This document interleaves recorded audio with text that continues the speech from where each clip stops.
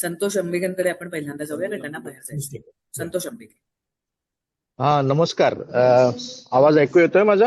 हो, येतोय. Yes, all good. Clear. All good. Sorry for the delay. Thank you. Yeah. नाही नाही, मी काय झालं, विमानतळावर आहे आणि वऱ्हाडी यायला सुरुवात झाली आहे. हो बापरे. त्याच्यामुळे इथे सगळ्यांचं स्वागत करायला आम्ही इथे उभे आहोत आणि त्यामुळे मी बाहेर म्हणजे 5G वापरून ऍक्च्युअली मी डायलिंग केले, तर क्षमस्व त्याच्याबद्दल. आतापर्यंत ऑस्ट्रेलिया, न्यूझीलंड यांच्या सगळ्यांची जी सदरं ऐकली, त्याच्यावरनं फारच छान वाटतंय. प्रथम गर्जे मराठी आणि तुमचा सगळा जो चमू, सगळा संघ आहे, सगळे आनंदजींपासून ते सर्वांचं खूप खूप अभिनंदन. अतिशय छान वाटतंय.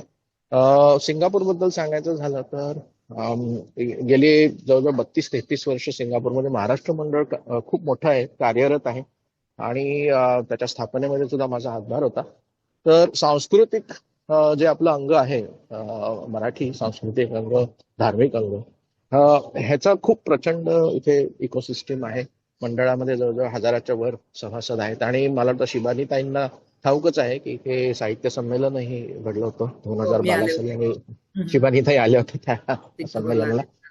तर आता बरीच वर्ष आमचं असं हे खूपच आमच्या मनामध्ये वंचना आहे की सांस्कृतिक भाग तर आपण इतका छान म्हणजे आपल्या नियंत्रणात आहे आणि अतिशय तो फोफावतोय, प्रचंड फोफावलाय. खूपच कार्यक्रम होत असतात, पण उद्योगधंदा, व्यवसाय, उद्यमशीलता ह्याच्याकडे करणं आम्हाला शक्य नाही. सिंगापूरचे कायदे आपल्या सर्वांना ठाऊक आहेत. तिथे नियम, सगळं नियमाच्या अंतर्गत होतं, सगळं अगदी टापटीप आणि नेटकं होत असतं.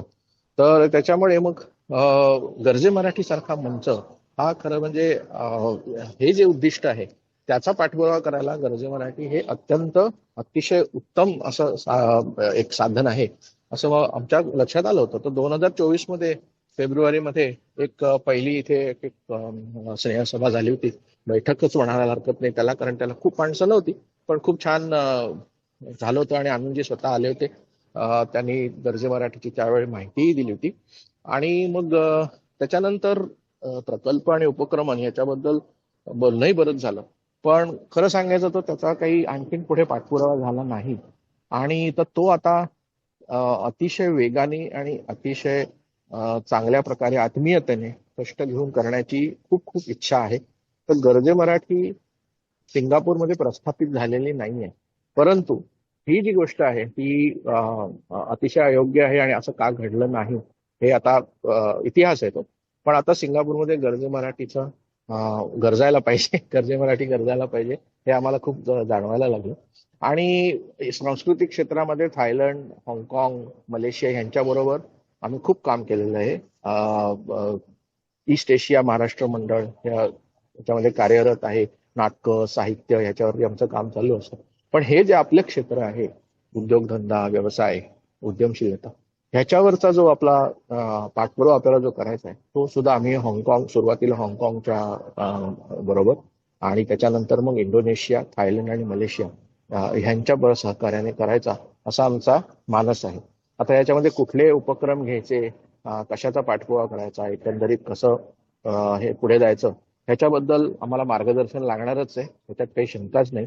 आणि त्यामुळे आता ऑस्ट्रेलियामधले जे कोण दिग्गज आले स्क्रीनवरती बोलले बरंच, त्यांच्याबद्दल मला तर खूपच इतकं छान वाटलं की या सगळ्यांशी 1 to 1 संपर्क, संवाद आणि जर जमलं तर त्यांचा सहवास हे करायचं मी नक्कीच ठरवलेलं आहे.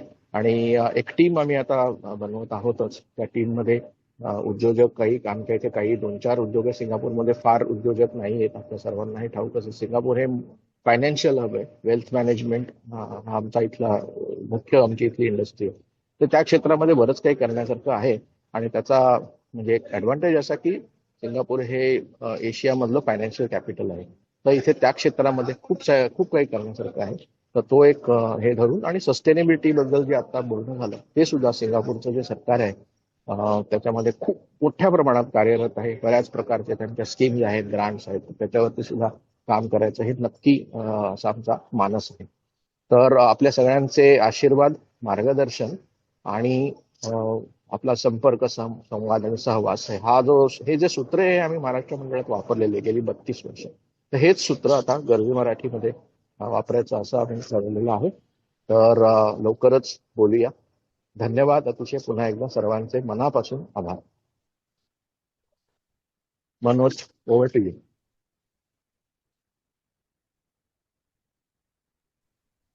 धन्यवाद अंबिके सर. तुम्ही म्हणालात थोडेसे आहेत, पण आम्हाला त्यातले काही उद्योजक माहिती आहेत, म्हणजे जोशी पेशवा हॉटेल वगैरे. तर बरेच प्रयत्न होत आहेत सिंगापूरमध्ये. आता आपण हाँगकाँगमध्ये जाऊया. डॉक्टर मनोज कुलकर्णी उपस्थित झालेले दिसत आहेत मला. सप्लाय चेन मॅनेजमेंट एक्सपर्ट आपल्याला त्यांना म्हणता येईल, आणि म्हणूनच आपल्या जीएमजी इनोव्हेशन अकॅडमीचे पण सप्लाय चेन मॅनेजमेंट संदर्भातलं जे काही काम आहे त्याचं ते लीड करतायत, आणि त्यांनी मला वाटतं कोर्स सुद्धा तयार केलेला आहे सप्लाय चेन मॅनेजमेंटवरचा.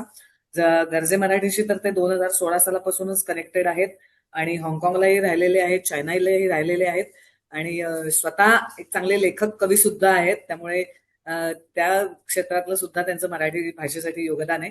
तर अशा डॉक्टर मनोज कुलकर्णींकडे आपण जाऊया, आणि ते आता त्यांची सूत्र हातात घेतील.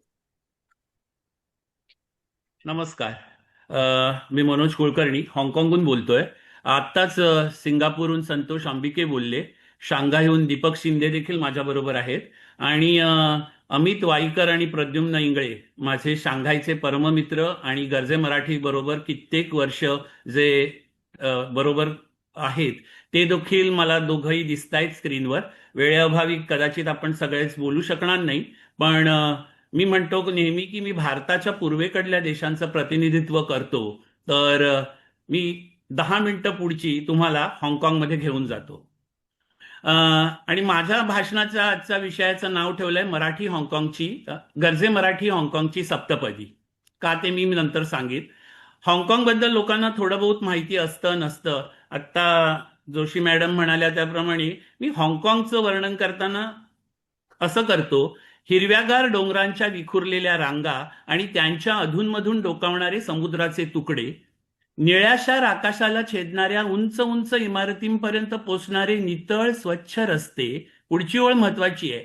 निसर्गाच्या देणगीला माणसांच्या हातांची साथ लाभली की सगळीकडे चित्रांच्या आखीव रेखीव चौकटी कशा तयार होतात हे दाखवणारं हे हाँगकाँग आहे. मी हे का म्हटलं ते पुन्हा शेवट येईन तिकडे. आज जेव्हा मी या हाँगकाँगमधल्या दक्षिण चीन समुद्राच्या किनाऱ्यावर उभं राहून गरजे मराठीच्या सुरू असलेल्या या कार्यक्रमाकडे पाहतोय, तेव्हा या जागतिक पटलावर संपूर्ण महाराष्ट्राचं एक सुंदर आणि सुबक रूप पाहायला मिळतंय. आपल्या संस्कृतीची महानता, बुद्धिमत्तेचं तेज आणि आता होत असलेली समाजाची एकजूट, हे सगळं मला तुमच्या रूपात दिसतंय. ऑस्ट्रेलियाने आता जे काही सांगितलं ते तर एकदम भारावून जाणार आहे. आज इथं तुमच्यासमोर उभे असताना केवळ हाँगकाँगला आपलं घर मानणारा एक सप्लाय चेन व्यावसायिक म्हणून नव्हे, तर गरजे मराठी हाँगकाँगचा समन्वयक म्हणून माझा ऊर अभिमानानं भरून आलाय. आता हाँगकाँगमधली मराठी अस्मिता 3 भक्कम खांबावर उभी आहे. महाराष्ट्र मंडळ मराठी हाँगकाँगकरांच्या सांस्कृतिक आणि सामाजिक जाणीवा सांभाळतं. आमचा आंतरराष्ट्रीय मराठी मंच मराठी भाषेचा प्रचार, प्रसार, जतन आणि संवर्धन करतं. आणि गरजे मराठी आपल्या व्यावसायिक आणि शैक्षणिक गरजा भागवण्यासाठी सतत प्रयत्नशील असतं. गेल्या 10 वर्षात गरजे मराठीचं रूपांतर एका साध्या डिरेक्टरीतनं एका जिवंत जागतिक नेटवर्कमध्ये झालंय, जे वेगवेगळ्या खंडात पसरलंय. आणि अशा आजच्या या काळात गरजे मराठी सारखी संस्था हाँगकाँग, सिंगापूर, शांघाय इथं महत्वाची काय हे सांगणारी, आणि आनंद सरांनी मगाशीच सांगितलं का आपण काहीतरी पुढं काय करणार होते सांगावं, ते सांगणारी ही हाँगकाँगची सप्तपदी. सगळ्यात पहिलं कारण म्हणजे हाँगकाँग तसंच भारताच्या पूर्वेकडील देशात मराठी माणसांची व्यावसायिक ओळख करून देण्यासाठी कोणताही मंच उपलब्ध नव्हता. महाराष्ट्र मंडळ हे सांस्कृतिक कार्यक्रमांसाठी, कौटुंबिक गप्पांसाठी भेटण्याचं ठिकाण होतं आणि आहे, पण व्यावसायिक दृष्ट्या आपण काय करतो हे एकमेकांना सांगण्यासाठी मला आठवतंय शांघायला जेव्हा आम्ही प्रद्युम्न आणि आम्ही होतो, एकदा असेच एकत्र भेटलो आणि तू काय करतो आणि मी काय करतो, 4.5 तास 16 जण बोलल्यावर अरे तू देखील हे करतोस, तू एवढं करतोस, अशी आमच्या अशा गप्पा झाल्या होत्या. त्यामुळे गरजे मराठीनं हे व्यासपीठ उपलब्ध करून दिलंय. मी नेहमी म्हणतो जिथं महाराष्ट्र मंडळ थांबतं तिथं गरजे मराठीची सुरुवात होते. भविष्यात या गोष्टीसाठी जास्तीत जास्त उपयोग करून घेण्याचा आमचा प्रयत्न आहे. आता दुसरी गोष्ट किंवा दुसरं कारण म्हणजे जागतिक समन्वयाद्वारे आपली ओळख जपायची आणि तिचा प्रसार करायचा.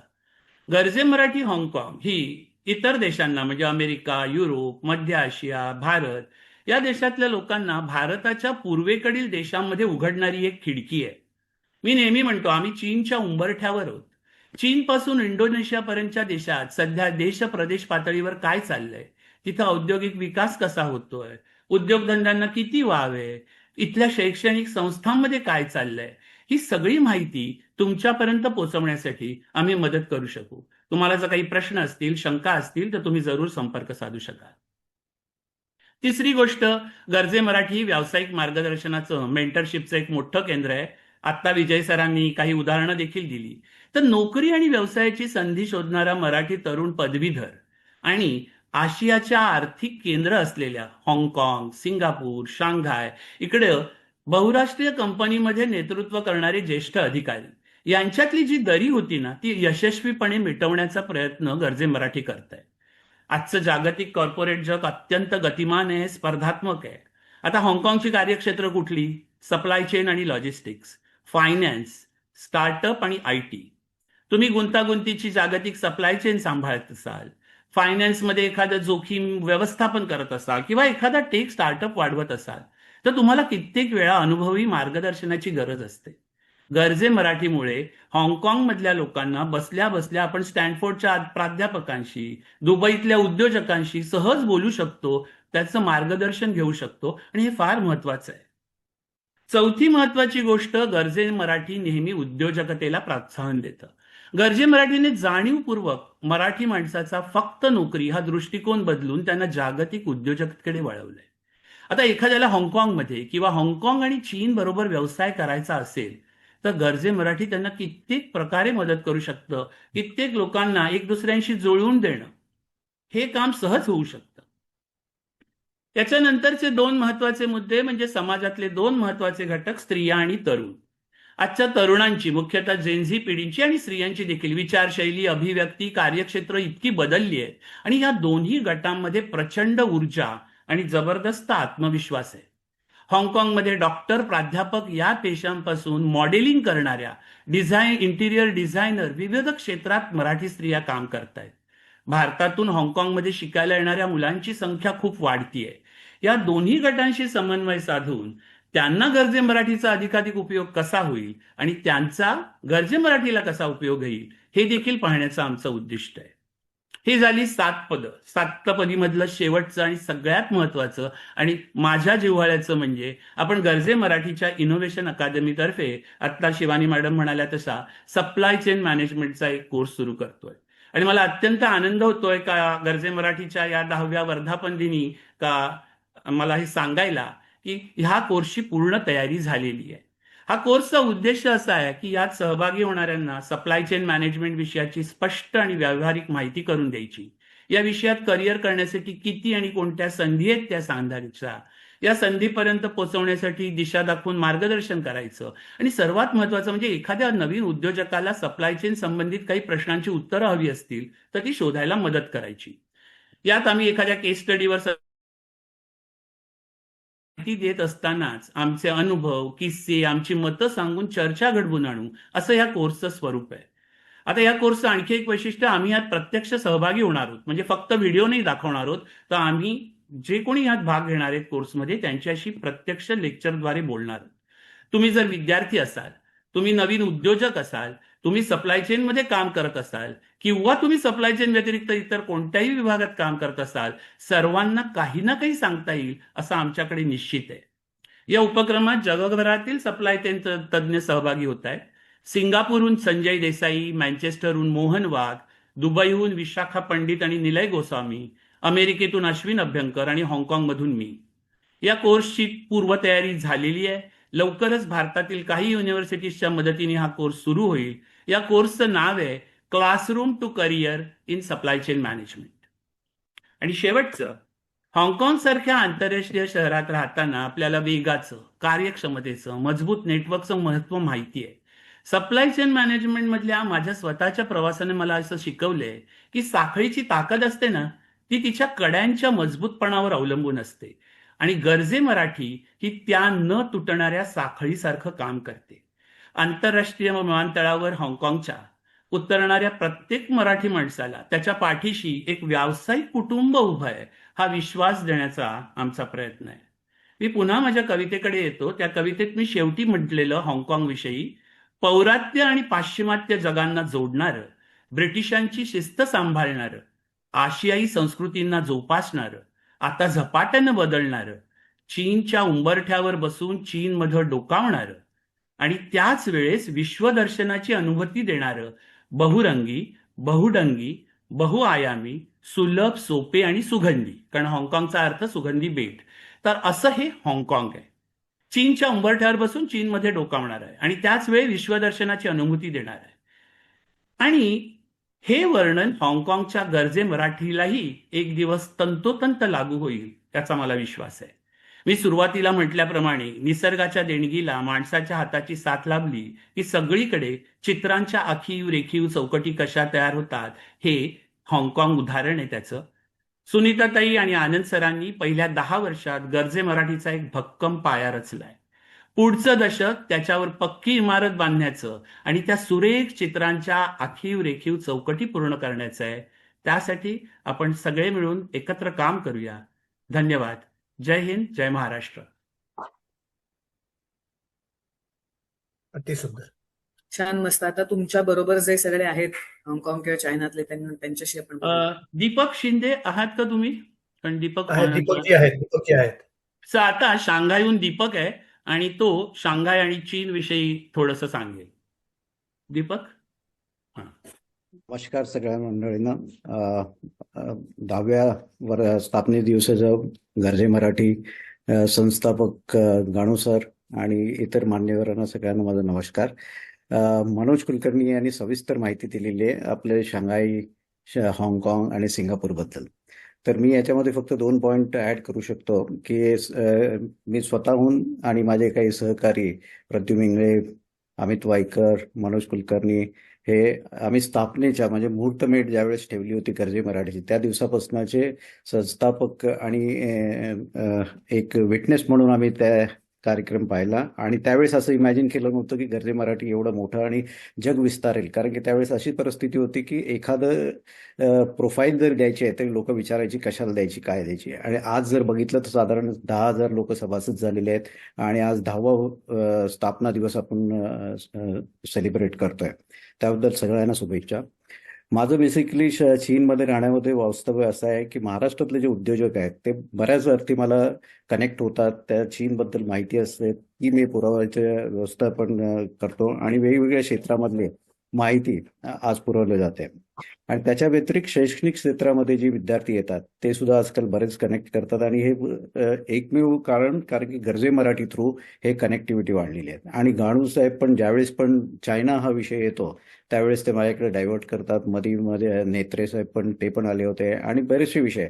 तर मी ह्या प्लॅटफॉर्म मार्फत सांगतो जगभरात कोणी काय असेल तर माझा कॉन्टॅक्ट घ्या. काही गरज असेल तुम्हाला चीन किंवा याच्याबद्दली माहिती किंवा काही मदत हवी असेल तर मला कनेक्ट करा. आणि पुढील वाटचालीसाठी माझ्या हार्दिक शुभेच्छा. सगळे मिळून आपण असंच कार्य करत राहू. धन्यवाद. आणि शिवालीताई, एक शेवटची गोष्ट सांगायची राहिली आणि महत्वाची आहे ती म्हणजे आनंद सर आणि सुनीताताई लवकरच हाँगकाँगमध्ये येत आहेत. त्यामुळे सरांचं कसं असतं त्यामुळे टार्गेट क्लिअर आहे. त्यांच्या येण्याच्या तारखा आता पक्क्या आहेत. त्याच्या आधी मी जे हे सगळं सांगितलंय त्याचा बेस होमवर्क करायचा आहे आणि मग जर तो होमवर्क झालेला असेल तर मला असं वाटतं सरांचं मार्गदर्शन पुढे मिळाल्यावर मग तो जो एक असा जो ग्राफ एक्सपोनेन्शियल जातो तो जायला मदत होईल. तर सर आणि सुनीताताई तुमच्या हाँगकाँगच्या भेटीच्या प्रतीक्षेत. धन्यवाद. अजून कोणी आहे आपलं हाँगकाँग मधलं? नाही, अजून कोणी नाही आता तरी बोलायला आणि वेळ पण कमी आहे त्यामुळे बरं. मग आता आपलं हाँगकाँग आणि चायना हा भाग पण झालाय.